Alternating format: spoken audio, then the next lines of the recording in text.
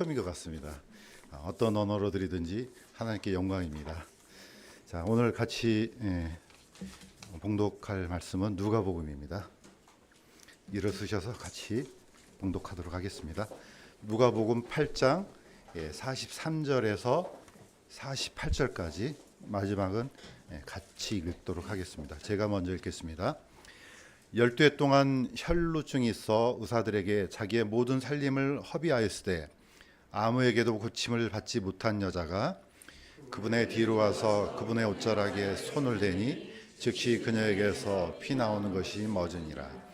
예수님께서 이르시되 누가 내게 손을 대었느냐 하시니 모두가 부인할 때 베드로와 또 그와 함께 있던 자들이 이르되 선생님이여 무리가 선생님께 몰려들어 선생님을 밀고 있는데 누가 내게 손을 대었느냐 하고 말씀하시나이까 하매 예수님께서 이르시되 누가 내게 손을 대었도다 내게서 효능이 나간 줄을 내가 아노라 하시니 여자가 자신을 숨기지 못할 줄 알고 떨며 나와 그분 앞에 엎드려 자기가 그분께 손을 댄 까닭과 자기가 즉시 나은 것을 모든 사람 앞에서 그분께 밝히 알리거늘 그분께서 그녀에게 이르시되 딸아 안심하라 믿음이 너를 하였으니 평안히 가라 하시니라. 아멘.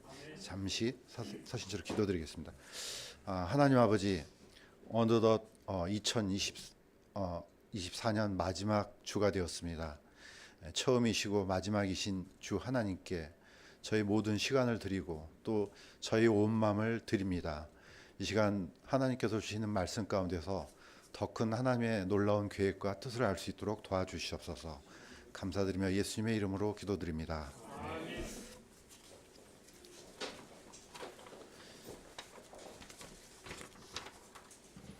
항상 성경에서 처음과 마지막은 굉장히 중요한 의미가 있습니다. 처음은 하나님께 모든 것이 속했다는 뜻이고요. 마지막은 모든 것이 하나님께서 이루셨다. 그런 의미가 들어 있습니다. 그래서 항상 유대인들도 달의 첫날을 이제 기획성경에서는 월삭이라고 합니다. 좀 어려운 한자어지만은 월의 첫날이라는 뜻입니다. 하우링이 좀 심한데요. 첫날은 이때는 항상 뭐 했느냐? 유대인들은 이 월삭에 모여서 예배를 드렸습니다. 그래서 달의 첫날. 우리는 이제 태양력을 쫓아가니까 잘 와닿지 않는데 유대인들은 항상 음력을 쫓아갑니다. 그래서 음력 매달 일일인 되면은 하나님께 예배드리고 이게 이제 국가적인 그런 시스템입니다. 그래서 첫 번째가 항상 중요하고요. 또 마지막도 중요합니다. 왜냐하면 하나님께서 나는 처음이요 마지막이다. 마지막은 모든 것들이 다 마무리되기 때문에 항상 이 시간적으로 처음과 마지막은 중요합니다.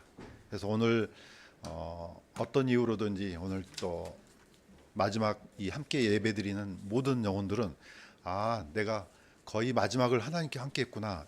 이렇게 생각하셔도 좋을 것 같습니다. 오늘 이 배경을 한번 쫓아가 보도록 하겠습니다. 오늘 읽었던 이 말씀은 약간 지도를 봐야지 좀 약간 이해가 됩니다. 제가 계속해서 지도를 이제 많이 갖고 온 이유가 그냥 말씀만 읽으면은 이게 언제 어떻게 일어난지 잘 모르기 때문에 이렇게 이제 지도를 좀 많이 갖고 옵니다. 여기 지도를 보시면은 오늘 어쩌면은 전사님이 퀴즈 시간에 나올 수도 있어요. 세상에서 가장 낮은 호수 갈릴리입니다. 갈릴리는 세상에서 가장 낮은 호수입니다. 자, 우리가 보통 해발이라 그러면은 이 지중해를 이 중심을 두고 해발을 하거든요. 지중해에서도 약 200m 정도 아래로 떨어집니다. 이게 바로 갈릴리입니다. 그러면요, 세상에서 가장 낮은 바다, 그건 사해입니다. 그 사해는 지중해에서 약 400m 정도 더 내려갑니다. 그러니까 이스라엘 지도를 보면 되게 특이합니다. 세상에서 가장 희한한 것들이 많이 들어있습니다. 그래서 가장 낮은 호수에서 가장 낮은 바다로 들어가는 게 바로 요단강입니다. 자, 오늘 일어났던 일들은 바로 이 주변에서 일어난 일입니다. 자, 제일 왼쪽에 보시면은 나사렛이 있죠. 이 나사렛은 예수님의 어떻게 보면 고향입니다. 그 고향에서 가버나움으로 쭉 내려가면은 이 바로 그 가버나움이 예수님의 사역의 중심지입니다. 가장 어떻게 보면은 여기서 이제 활동을 많이 하셨죠. 자, 지금 오늘 읽었던 이 배경은 어딘지는 모르지만은 갈릴리 서쪽, 어쩌면은 가버나움일 가능성이 가장 큽니다. 그래서 이제 신학자들은 이제 뭐 이런 것까지 연구를 하죠. 우리는 뭐 그러든지 말든지 별로 상관하지 않지만은 신학자들은 어디서 이런 일이 일어났을까 이렇게 합니다. 대부분 사람들이 가버나움에서 일어나지 않았을까 생각이 들어요. 왜냐하면 거기가 주무대이기 때문에. 자, 거기서 건너가면은 가다라가 있습니다. 거기서 어떤 일이 있었습니까? 예수님께서 군대 마귀를 쫓아주셨습니다. 바로 큰 기적을 행하시고 다시 가버나움으로 돌아왔을 가능성이 큽니다. 오니까 사람들이 기다리고 있었어요. 이 가버나움에서. 자, 이때 누가 쫓아옵니까? 회당장 야이로가 쫓아옵니다. 자기가 12살 된 딸이 있는데 거의 다 죽어가게 생겼습니다. 그래서 예수님께 이제 도움을 구하러 그러면서 사람들과 같이 가는 사이에 일어나는 일이 바로 오늘 본문이에요. 이때 가면서 12해 동안 혈류병 들었던 여인이 바로 예수님 뒤에 와서 옷자락을 만졌던 큰 오늘 본문은 그렇게 어렵지 않습니다. 굉장히 쉽습니다. 그런데 오늘 같이 읽어볼 이 본문하고 뭐하고를 비교를 해봐야 되냐면은 바로 나사렛하고 비교를 좀 해볼 필요가 있습니다. 자, 예수님의 고향은 나사렛입니다. 태어난 날, 태어나신 곳은 베들레헴이죠. 저 밑에 남쪽에 있는 예루살렘에서도 한 8km 정도 떨어지는 베들레헴에서 태어나셨습니다. 거기서 나중에 이제 헤롯을 피해서 이집트로 갔다가 나중에 이제 저기 나사렛으로 들어갑니다. 그러니까 예수님은 거의 여기서 어릴 때부터 거의 30년 동안 나사렛에서 사셨던 거예요. 이때 이제 딱 30세가 되자 드디어 이제 공생애라 하지 않습니까? 3년 반 동안 드디어 오픈해서 하나님의 일을 시작한 곳이 바로 나사렛입니다.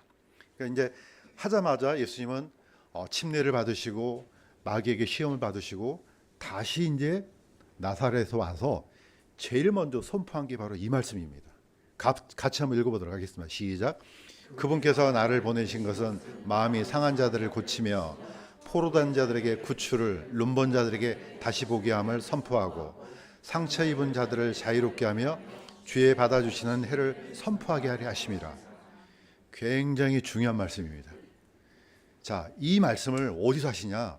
바로 나사렛 회당에서 이걸 선포하십니다. 하시고 이 말씀이 너희 귀에 응하였다 이렇게 하십니다. 여기서 핵심적인 것은 뭡니까? 주의 받아주시는 해, 이걸 이제 어려운 한자로 희년합니다. 기쁨의 해입니다. 히브리어로는 요벨입니다. 요벨이라는 뜻은 양의 순양의 뿔이란 뜻이에요. 왜? 이날 순양의 뿔을 불었거든요. 나팔을. 그러면 어떻게 하느냐? 그러면은 혹시라도 내가 생활이 어려워서 땅을 팔았는데, 실질적으로 땅을 판 거 아니에요. 땅에 이용권을 파는 거죠. 파는데 그 해가 되면요, 전부 다 주인한테 되돌아갑니다. 뭐 법이고 뭐고 상관없어요. 이 해가 딱 떨어지면은 모든 것이 원상회복돼요. 혹시라도 내가 너무 가난해 갖고 남의 집에 종으로 살잖아요. 그런데 이 해가 딱 되면요, 모든 종은 다 집으로 돌아갑니다. 그러니까 모든 것이 회복되는 해가 바로 희년입니다. 영어로는 주빌리라고 그러죠. 주빌리라는 단어는 바로 요벨에서 나옵니다. 이걸 이제 영어로 음역을 해서 만든 단어죠. 이날 언제 그럼 이걸 부느냐? 바로 속죄일에 불어요. 불면은 이 나팔 소리와 함께 모든 것이 다 원상 회복이 돼요. 그러니까 엄청난 거죠. 이 해를 어디서 선포하느냐? 예수님은 자신이 어릴 때부터 자라났던 이 고향 회당에서 이 선포를 하세요. 그래서 나를 보내신 것은 마음이 상한 자를 고치고 포로된 자들을 구출하고 눈먼 자들이 다시 보게 하고 상처 입은 자들이 자유롭게 되고, 그러면서 이 말씀을 선포하세요. 엄청난 말씀이잖아요. 그러면은 할렐루야 하고 이렇게 해야 되는데 반응이 전혀 생각 바뀝니다. 어떻게 반응했는지 우리는 잘 알고 있지만은 다시 한번 반복해 보도록 하겠습니다. 나사렛 그 동네의 반응은 이랬습니다. 그 말씀을 듣고 좀 이후에 반복한 게 이겁니다. 낭떠러지까지 그분을 끌고 가서 떨어뜨리려고 하되 그분께서는 그들 한가운데를 지나서 자기 길로 가시니라. 그러니까 예수님께서는 다시 가버나움으로 내려가서 이제 그 가버나움에서 이제 사역을 하십니다. 놀랍지 않습니까? 이 엄청난 말씀을 하셨는데 고향에서는 이분을 아예 낭떠러지로 떨어뜨려 죽이려고 했어요. 여기에 있는 밑에 그림이요, 바로 진짜 나사렛에 있는 절벽이에요. 왜냐, 나사렛은 되게 곧 뭡니까, 이게 높아요. 그래서 상갈릴리, 하갈릴리 이렇게 하거든요. 고도가 높으니까. 사실 우리나라 측면에서 보면 높은 것도 아니지만은 이 거기 자체가 낮으니까 높게 보이는 거죠. 자, 이 절벽으로 데리고 가지고 예수님을 밀어뜨려 죽이려고 했는데 예수님은 한가운데를 지나서 갔다 이렇게 합니다. 뭐 어떻게 가셨는지 모르겠지만 예수님은 갈릴리에서 물러나셨어요. 사실 이 사건이 굉장히 중요한 이유가 이 하나의 사건이요, 다시 그대로 확대돼요. 어디로? 이스라엘 전체로 확대돼요. 자신의 고향에서 받았던 이 사건이 이스라엘 전체까지 확대돼요. 그래서 나중에 이스라엘은 어떻습니까? 전체가 예수님을 다 부인하고 예수님을 십자가에서 못 박잖아요. 이 사건이 그러니까 반복됩니다. 자, 왜 이 사람들이 이렇게까지 분노했느냐? 그것은 예수님께서 이렇게 말씀하셨기 때문입니다. 두 사람을 언급합니다. 그러면서 자, 이 엄청난 복음을 선포했을 때 사람들이 전혀 냉담하죠. 믿지도 않거니와 뭐 이 사람 우리가 알고 있는 그 요셉의 아들 아니야? 이렇게 했습니다. 그러니까 예수님이 이렇게 말씀하셨습니다. 한번 같이 읽겠습니다. 시작. 엘리야 시대에 3년 6개월 동안 하늘이 닫혀 온 땅에 두루 큰 기근이 들었을 때 이스라엘에 많은 과부가 있었을 때 오직 시돈의 도시 사렙다에 사는 한 과부 여인에게만 보내어졌으며, 딱 엘리야 시대 때 이 얘기를 하면서 이스라엘에 많은 과부들이 있었다. 그러나 큰 기근이 들었는데 하나님은 딱 한 사람한테 보냈다. 누구냐? 그게 바로 시돈의 도시 사렙다입니다. 히브리어로는 사르바시라고 그러고요, 헬라어로는 사렙다라고 합니다. 같은 동네입니다. 바로 여기 어디입니까? 이스라엘 당시 때는 이미 이제 이스라엘의 속국이 됐지만 지금 현재 여기가 레바논이에요. 레바논 두로와 시돈 쪽이에요. 그러니까 어떻게 해? 거의 이방인 취급받는, 그러니까 이방인 도시예요. 아니, 이스라엘에 그 많은 과부들이 있는데 하나님은 저 멀리 그 지중해 주변에 있는 거기까지 보내서 여기서 무슨 일이 있었습니까? 엘리야가 가서 그 과부한테 접근해서 보니까 이제 먹을 게 없어요. 다 떨어지고 이제 겨우 밀가루 한 줌하고 기름 거의 조금 오늘 해서 먹으면 다 끝나는 것들이에요. 그러니까 하는 얘기가 오늘 이거 빵 만들어서 내 아들하고 먹고 죽으려고 합니다. 이렇게 했습니다. 그랬더니 엘리야가 가서 하나님께서 이렇게 말씀하셨다. 그것을 나한테 주면은 이 기근이 다 끝날 때까지 밀가루의 통이 없어지지 않고 그 기름이 다 닳지 않겠다. 이렇게 선포합니다. 그러니까 이 사렙대 가부가 그것을 만들어서 엘리야한테 드립니다. 이걸 어떻게 보면은 악용한 사람이 있어요. 어떤 사이비 교주가 이거 봐, 나한테 다 바쳐. 그러면 너희들 뭐 먹고 마시고 충분히 살 수 있어. 그런 얘기는 아니지 않습니까? 이게 굉장히 중요한 의미가 있습니다. 먼저 하나님께 드리는 우선권이 누구냐예요. 하나님의 약속을 그대로 믿고 이 시돈의 과부는 그대로 했더니 나중에 진짜로 아무리 먹어도 아무리 부쳐 먹어도 기름이 끊어지지 않고 밀가루가 다하지 않았습니다. 예수님께서 그 얘기하십니다. 많은 과부들이 있었지만은 이 과부한테만 보내심을 받았다. 이렇게 합니다. 한 사람이 더 있습니다. 누굽니까? 우리가 잘 아는 시리아의 나만 장군입니다. 이것도 같이 한번 읽겠습니다. 시작. 대언자 엘리야 때에 이스라엘에 많은 나병 환자가 있었을 때 그들 중 아무도 정결하게 되지 못하고 오직 시리아 사람 나만만 정결하게 되었느니라. 나만은 우리가 잘 알고 있는 것처럼 시리아의 장군이에요. 요즘 TV에서 지금 시리아하고 이스라엘하고 그 내전이 나서 도망가고 그러잖아요. 러시아로 도망가고. 거기 바로 그 시리아예요. 옛날에는 이걸 아람이라 그랬죠. 바로 그 아람에 살고 있던, 시리아에 살고 있던 대통령이 거의 54년인가요? 독재를 하다가 나중에 반군한테 쫓겨갖고 지금 러시아로 가 있잖아요. 바로 거기에요. 옛날에는 이 나라가 엄청나게 강성했습니다. 그러니까 북이스라엘도 어떻게 숙여야 돼요. 머리를 숙이고 눈치를 살펴야 돼요. 그런데 그 나라에 있었던 나아만이 하필이면 뭡니까? 이 엄청난 장군이 문둥병에 걸렸어요.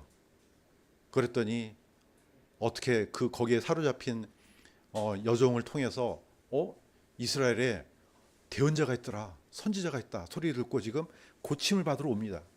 기세가 얼마나 당당하겠습니까? 이 엄청난 위풍당당한 장군인데, 그런데 안타깝게도 문둥병자예요. 우리가 이 사건은 잘 알고 있지 않습니까? 드디어 엘리사 집에 딱 당도했어요. 그랬더니 엘리사는 쳐다보지도 않고 종한테 보내갖고 가서 일러 요단강에 가서 7번 몸을 담그면은 나음을 낫게 돼, 이렇게 전달하기만 합니다. 그랬더니 이 나만 장군이 갑자기 분노가 치밀어 가지고, 아니 내가 생각할 때는 좀 와서 아유 어서 오십시오 이렇게 인사도 하고 딱 손을 들어갖고 안수하면서 하나님의 이름으로 명하노니 다 나을지어다, 이렇게 하면 얼마 좋아. 그 다음에 요단강이 뭐예요? 요단강이 저 실개천 같은 요단강 말고 저기 다마스쿠스에 있는 그 큰 강 얼마 좋아. 이렇게 해서 그냥 진노가 폭발하면서 되돌아가려고 합니다. 그런데 참 다행스러운 것은 이 나만 장군 밑에 참 유능한 부하 장수가 있었어요. 하면서 이렇게 얘기합니다. 아니 대언자가 무슨 얘기를, 이것보다 더한 얘기를 하더라도 아니 그거 못 하겠습니까? 아니 7번이나 1000번이라도 담그라 그러면 담그지요. 병자는요 정말로 진짜 자기가 낫고 싶으면요, 뭐 죽기 직전까지 어떤 일을 하라 그러면 왜 못하겠어요. 이렇게 조언을 해주니까 나만이 생각을 고쳐먹습니다. 그렇지, 내가 문둥병자였지. 아니 7번 담그라는데 그걸 못해? 드디어 나만 장군은 갑옷을 다 벗어 제끼고 말에서 내려와서 요단강에서 7번 몸을 담급니다. 그러니 어떻습니까? 그렇게 했더니 문둥병이 나은 거예요. 이 사람은요 자기가 나으려면은 이거 투구 벗어 던지고 갑옷 벗어 던져야 돼요. 전부 다 완전히 맨몸으로 들어가야만 나을 수가 있는 겁니다. 여기서도 중요한 교훈이 있습니다. 우리가 하나님의 은혜를 얻기 위해서, 하나님께서 주신 구원을 받기 위해서는 나의 모든 명예로운 것들, 내가 가지고 있는 것들 다 벗어 던져야 됩니다. 내가 왕년에 이런 사람이었어, 절대로 구원받지 못합니다. 하나님이 이걸 용서하지 않습니다. 왜냐? 하나님은 우리의 중심을 깨트려 보거든요. 우리는 아담의 후손이기 때문에 하나님 앞에 보일 게 하나도 없어요. 그렇지만은 많은 사람들이 자기를 가리잖아요. 뭘로도 가립니다. 조금이라도 내가 뭔 가릴 것이 있으면 다 가려요. 하나님한테는 안 됩니다. 우리 사람들은 가릴 수 있어요. 어떻게든지 가려서 그 겉모습을 보여주기를 원합니다. 자, 두 사람은요 굉장히 중요한 공통점이 있습니다. 첫 번째 사레밧 가부는요 우선권이 누구냐 이거죠. 하나님을 내가 믿겠습니다 하고 내 우선권을 하나님께 드린 거예요. 엘리야를 매기는 거 아니에요. 엘리야는 그냥 보내심을 받은 사람이고, 하나님의 말씀을 내가 받아들이겠습니다. 하나님이 주인입니다.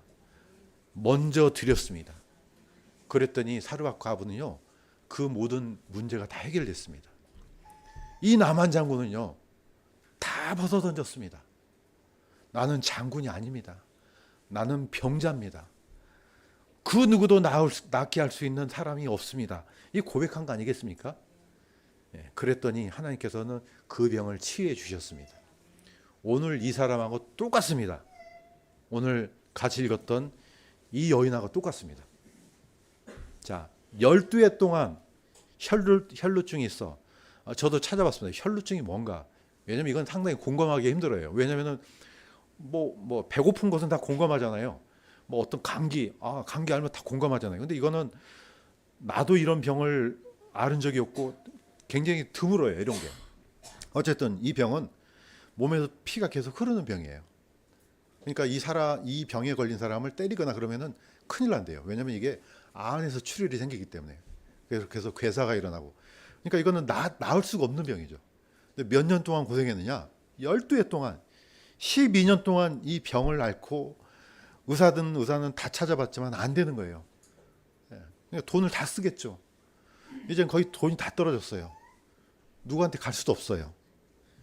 그랬는데 예수님이 오신다는 소식을 들었습니다. 그래서 이 여자는 그분의 뒤로 와서 그분의 옷자락에 손을 대었습니다. 오늘 설교 제목이 주의 옷자락입니다. 주의 옷자락에. 기니까 그냥 줄인 거예요. 주의 옷자락에 손을 댄 여인, 주의 옷자락에 손을 댄 모든 사람들 다 얘기가 됩니다. 이거는 간절함이에요. 간절한 사람은 하나님께서 주신 은혜를 받습니다. 틀림없습니다. 왜 우리가 낫지 못하고 구원받지 못합니까? 간절함이 없는 거예요. 그거 안 봐도 돼요. 내가 죽을 때까지 교회 안 다녀도 사는데 아무 지장 없어요. 그러나 정말로 간절한 사람은 이게 중요한 문제예요. 나의 영원한 삶이 어디서 시작되는가? 이거 중요한 문제죠. 이 여인은 비록 병에 대한 문제로 갖고 접근했지만요. 누굽니까? 이분만이 나의 소망이다. 이거 아니겠습니까? 우리가 이 옷자락 그러면 이런 옷자락으로 생각하는데 약간 이거는 우리가 좀 이해가 좀 필요합니다.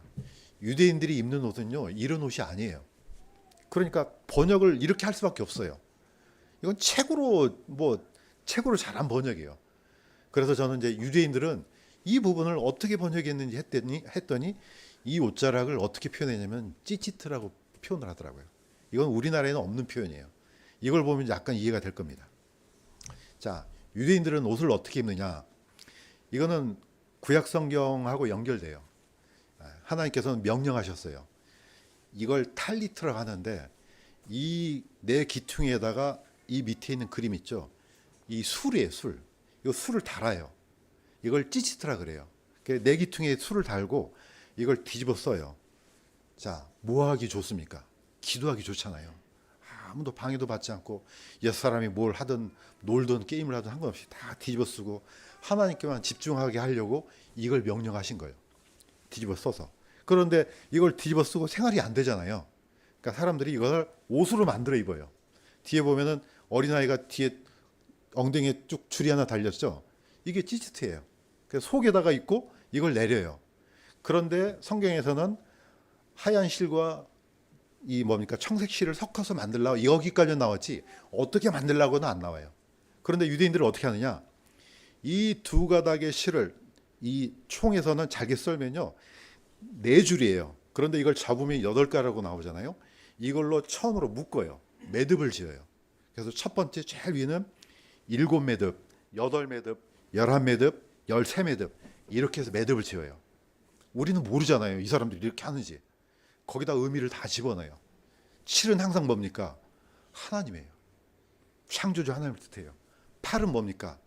칠에서 다시 한 번 더 그 뭡니까? 서클이 돌아가는 게 팔이에요. 그래서 난집 8일 만에 할례 하잖아요. 예. 하나님이 처음이라는 뜻이에요. 11번은요.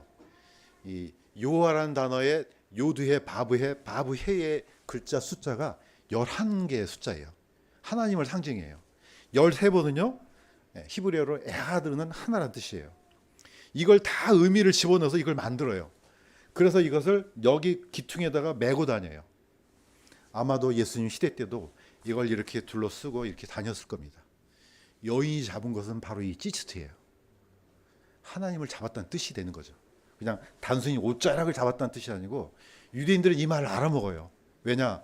이거는요 기도할 때 하나님께 키스하고요 눈에 눈물도 닦고 이런 게 바로 이거예요.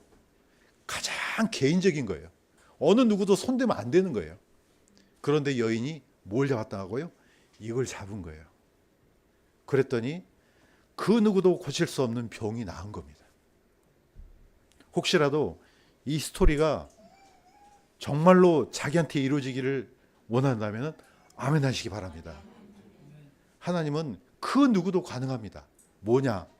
간절하냐 이거죠. 정말로 낫기를 간절하냐? 그러면은 하나님은 지금 이 순간이라도 기적을 베풀 줄로 믿습니다. 하나님의 은혜를 맛본 여인입니다. 자, 그랬더니 제자들이 이렇게 합니다. 선생님이요, 무리가 선생님께 몰려들어 선생님을 밀고 있는데 누가 내게 손을 대었느냐 하고 말씀하시나이까. 그러니까 제자들이, 사도들이 물은 거야. 아니, 군중들이 이렇게 많고 손을 댄 사람도 있고 밀치고 당기고 하는데, 아니 그렇게 물어보는 게 지금 타당한 겁니까 지금? 아니 우리가 그걸 어떻게 합니까? 그랬더니 예수님이, 누가 내게 손을 대었도다. 내게서 효능이 나간 줄을 내가 아노라. 예수님은 왜 물으시겠어요? 아시죠? 그렇지만은 예수님은 이 여자가 이렇게 하기를 바라시는 거예요. 어떤 경우는 말하지 말라 그러잖아요. 근데 이 여인은 공개적으로 이 발언을 하기를 원하시는 거죠. 자, 이 여인은 더 이상 숨길 수가 없구나. 사람들이 많고 있는데. 사실 이 혈루증, 혈루병, 이 병은요, 우리가 보통 이런 병이라고 생각하면은 절반밖에 알지 못하는 거예요. 왜냐? 이 병을 앓고 있는 사람은요, 다른 사람하고 식사도 못 해요. 회당에도 못 가요. 아예 생활 자체가 안 돼요. 왜? 율법이 그렇게 돼 있어요. 이 사람이 앉은 자리 앉으면 안 돼요. 뭐 어디 같이 뭐 해도 안 돼요. 뭐 어떻게 접촉을 했으면 다시 씻어야 돼요. 그러니까 생활이 되겠냐고요. 완전히 이거는 철저하게 이게 분리될 수밖에 없는 삶이죠. 그러니까 사회생활을 못 하는 거죠. 우리는 이 병 들었다고 잠깐 그러 합니까?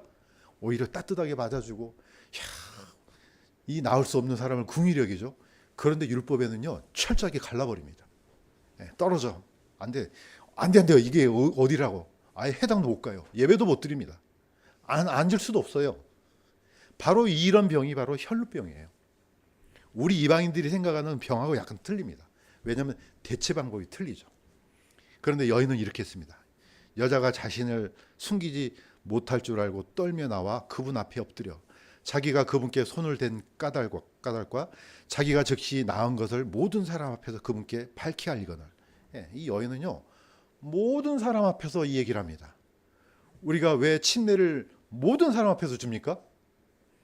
제가 신학교 다닐 때 주변에 있는 교회들을 한번 다녀봤어요. 미국에 있는 침례교회를. 그랬더니 놀라운 점은 우리는 그렇지 않잖아요. 침례탕은 전부 다 이 강대상 뒤에 다 만들었어요. 미국은 이제 땅이 넓으니까 그런 것 같아요. 신학교 있는데 그 캠퍼스 처치에도 보면요, 그 큰 강당 제일 꼭대기에 침례탕이 있어요. 그러니까 침례를 받을 때 모든 사람들이 다 봐요. 그러니까 침례는 몰래 가서 목사님하고 둘이 받는 게 아니에요. 첫째 누가 봅니까? 하나님이 보잖아요. 두 번째는요, 천사가 봅니다. 세 번째는요, 성도들이 보는 거예요. 전부 다 보는 거예요. 어떻게 보면 이 여인의 고백은 그거하고 똑같다고 봅니다. 공개적으로 내가 이런 병에 걸렸는데 이렇게 해서 어떤 사람도 고쳐주지 못했는데 예수님의 그 옷자락을 만졌더니 나음을 얻었습니다. 이 고백한 거 아니겠습니까? 이렇게 고백했더니 예수님이 물론 이제 한 가지 더 보겠습니다. 자, 이 사건이 일어난 이후로 한 가지 더 일어납니다.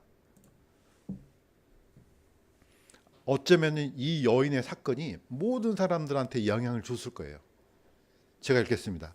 그분께서 마을이나 도시나 촌이나 어디에 들어가든지 그들이 병든 자들을 거리에 두고 그분께 간청하여 그들이 다만 그분의 옷자락에라도 손을 대게 하실 것을 구하더니 그분께 손을 댄 자들은 다 온전하게 되니라.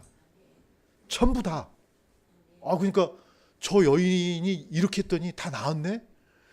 그러니까 사람들이 다 와서 그분께 손을 댔어요. 이 시스트에. 이거는 이 간증이 이 엄청난 효과를 갖고 왔다는 것을 우리가 충분히 알 수가 있습니다. 내가 이렇게 어려움 가운데 살고 마음의 번민 가운데 살고 소망도 없이 살았는데 예수님을 믿었더니 내 마음에 평안이 왔더라. 이건 간증이에요. 그런데 여기서만 한 게 아니고 모든 사람들이 영향을 받습니다. 그래서 우리가 공개적인 간증이 엄청나게 효력이 있는 겁니다. 그래서 혹시라도 내가 이런 삶을 살았는데 예수님을 만난 후에 삶이 바뀌었다. 이게 바로 전도 아니겠습니까? 이게 복음 전파고. 그래서 이 사람들은 전부 다 나음을 얻었습니다. 자, 여기 나오는 흰색 실은요, 하나님의 거룩을 상징합니다. 그래서 우리도 먼 훗날에 하얀 세마포를 읽지 않습니까? 계시록에. 저는 이게 참 잘하신 것 같아요. 그냥 신경 쓸 것도 없어요. 그냥 다 하얀 옷. 뭐 다 똑같이 입히니까 자랑할 것도 없어요. 맨날 아침에 가면 이건 뭔 입을까? 저 입을까? 할 필요도 없잖아요. 하얀 세마포. 그 다음에 청색 실은요, 하나님을 상징하잖아요. 하나님의 영광. 그래서 이거는 하나님을 상징하고 늘 볼 때마다 하나님이 나랑 함께 계시구나. 이걸 맨날 보는 거예요. 우리가 만약에 이런 거 했다면은 아마 잡혀갈지도 모르겠어요. 다 미쳤다고. 그렇지만 이게 유대인들은 이게 생활입니다. 자, 이제 마무리하겠습니다. 예수님께서 여인한테 마지막 이렇게 얘기를 하셨습니다. 같이 한번 읽겠습니다. 시작. 따라 안심하라. 내 믿음이 너를 온전하게 했으니 평안히 가라. 예. 하나님은, 예수님은 이렇게 하나를 더 분명하게 얘기하십니다. 따라 안심하라. 네 믿음이 너를 온전하게 하였다. 믿음을 끄집어내세요.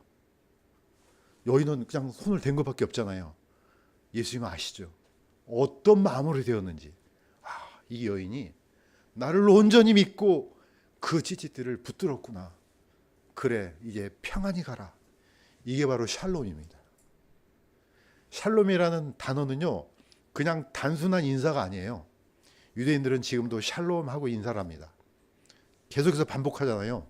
샬롬은 내가 다 갚았다 뜻이에요. 다 갚았다. 예. 너의 질병을 내가 다 없애버렸다. 다 갚았다. 그러니까 평안히 가라 이겁니다. 2024년 마지막 이 예배를 같이 드리는 모든 영혼들에게 주 안에서 샬롬이 있기를 주님의 이름으로 간구드립니다. 기도하겠습니다. 하나님 아버지, 우리가 일평생 살아와도 우리가 가지고 있는 문제를 해결할 수가 없습니다. 그러나 주 안에 있으면 해결됩니다. 우리는 끊임없이 이 마음을 갖고 주 안에서 살기를 원합니다. 우리의 과거를 잠시 돌아보면서 이런 은혜를 받는 사람이 누구인지 늘 생각해 보기를 원합니다. 주 안에서 받은 은혜가 너무나 많았지만은 하나님께서 복 주시는 믿음은 따로 있음을 또한 이 성경을 통해서 알게 되었습니다. 이제 마지막 주, 내년에는 또 새로운 주가 시작됩니다. 우리 삶 속에서 끊임없는 주 안에 있는 샬롬이 우리 안에 넘칠 수 있도록 도와주시옵소서.